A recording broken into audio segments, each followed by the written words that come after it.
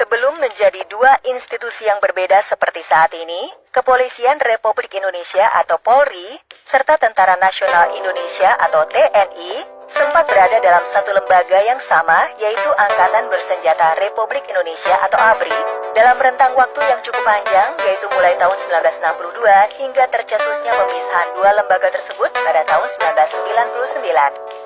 Ada yang menganggap kedua lembaga ini memang sebaiknya disatukan saja, mengingat keduanya sama-sama dapat memperkuat keamanan negara. Pada mulai masa demokrasi terpimpin hingga masa Orde Baru, Polri sempat digabungkan dengan TNI dan dikenal secara kolektif sebagai Angkatan Bersenjata Republik Indonesia atau ABRI. Lalu mengapa kedua institusi ini harus terpisah dan apa tujuan pemisahan kedua lembaga ini?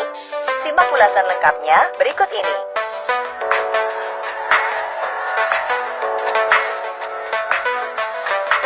Setelah Soeharto lengser dari jabatannya, wacana pemisahan Polri dan TNI semakin menguat. Pada acara perayaan Hari Ulang Tahun ABRI di tanggal 5 Oktober 1998, B.J. Habibie yang kala itu menjabat sebagai Presiden RI dalam amanatnya menyinggung soal pemisahan tersebut. Presiden Habibie juga sempat menyebutkan bahwa ia tidak menginginkan Polri hanya menjadi alat kekuasaan. Sementara itu, Menteri Pertahanan dan Keamanan merangkap Panglima ABRI kala itu, yaitu Jenderal Wiranto, menjelaskan bahwa pemisahan kedua lembaga akan dilakukan secara bertahap. Pada kesempatan ini, Wiranto juga mengungkapkan bahwa Polri diminta untuk tidak lagi melakukan pendekatan dengan cara kekerasan. Pada 1 April 1999, di masa kepemimpinan Presiden Baharudin Yusuf Habibie, keluar sebuah instruksi Presiden nomor 2 tahun 1999 tentang langkah-langkah kebijakan dalam rangka pemisahan kepolisian dari ABRI. Namun pemisahan itu belum terrealisasi hingga berakhirnya masa jabatan B.J. Habibie. Setelah pemilu 1999 usai dan Habibie tidak lagi menjabat sebagai presiden, proses pemisahan Polri dari ABRI pun dilanjutkan oleh presiden berikutnya, yaitu Abdurrahman Wahid alias Gus Dur. Pada masa kepemimpinan Presiden Gus Dur inilah lahir KAP MPR nomor 6/MPR tahun 2000 tentang pemisahan TNI dan Polri.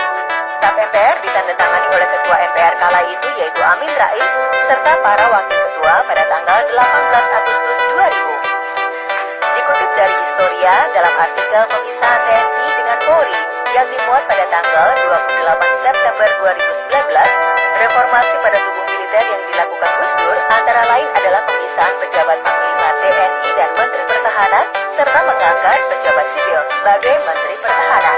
Sesuai ketetapan MPR nomor 6/MPR tahun 2000 tentang pemisahan Polri dan TNI, juga ketetapan MPR nomor 7/MPR tahun 2000 mengenai peran TNI dan Polri inilah, maka pada tanggal 30 September 2004, RUU TNI disahkan oleh DPR yang selanjutnya ditandatangani oleh Presiden Megawati Soekarno Putri pada tanggal 19 Oktober 2004.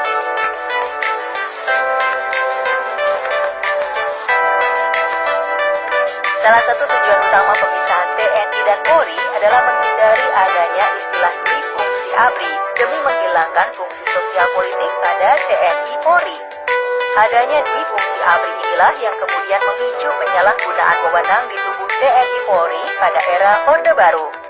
Kompas.id melansir, kehadiran ABRI pada masanya menimbulkan penyimpangan, kerancuan, serta tumpang tindih peran dan fungsi kedua lembaga tersebut. Hal tersebut berdampak pada tidak berkembangnya sendi-sendi demokrasi, dikarenakan saat itu jabatan sipil dipegang oleh militer. Dalam buku Sejarah Perkembangan Kepolisian di Indonesia terbitan tahun 2006, juga tertera terdapat perbedaan mendasar pada tugas serta fungsi kedua lembaga ini. Tentara bertugas mengamankan negara dari ancaman musuh dengan kekerasan hingga dalam kondisi tertentu dapat mengesampingkan HAM. Sementara itu, Polri bertugas mengamankan masyarakat agar tercipta ketertiban serta rasa aman, namun tidak dapat mengesampingkan HAM. Pada era reformasi, kedua instansi ini terpisah, sehingga diharapkan dapat kembali menjalankan fungsi aslinya masing-masing, yaitu TNI pada ranah pertahanan negara, sedangkan Polri pada ranah keamanan dan ketertiban nasional serta sipil. Pemisahan kedua lembaga ini juga bertujuan demi pencapaian misi keduanya pada era reformasi, yaitu menjadi lembaga yang profesional serta independen dan tidak lagi masuk ke ranah politik. Jadi, sekarang jelas ya alasan mengapa kedua